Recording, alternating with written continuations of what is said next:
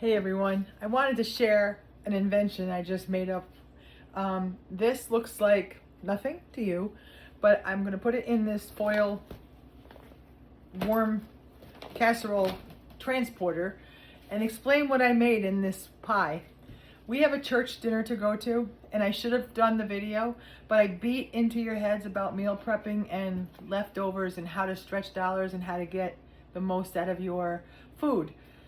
This is a pulled pork impossible pie. If you remember, there was a fad back in the 80s where Bisquick impossible pies, it had ground beef and cheddar cheese, and you could put peppers and onions in them. There's a whole bunch of impossible pie recipes. Well, Lori Gaga made up a pulled pork version to bring to our church supper.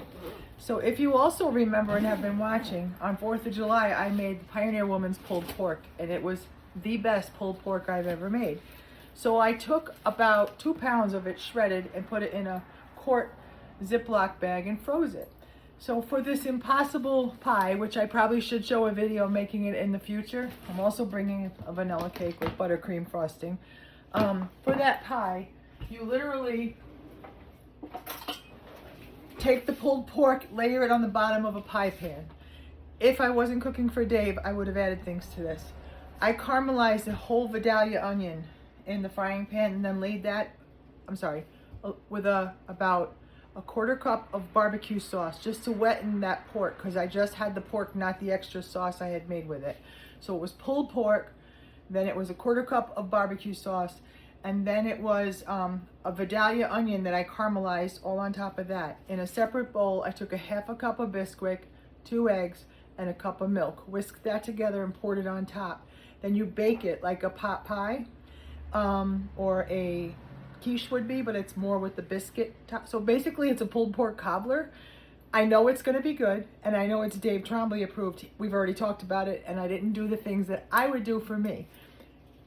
I would have sauteed up a pepper with that onion and cheddar cheese and added it to that Bisquick pie. That's how I would make it. So this is gonna be a pulled pork pie video in the future, but I wanted to explain it. I am very tired today. We went to Lake George yesterday, and I never walked as much as I did yesterday. Well, I have walked as much as I did yesterday, but yesterday was a lot. I'm gonna cut this cake like I cut the cheese.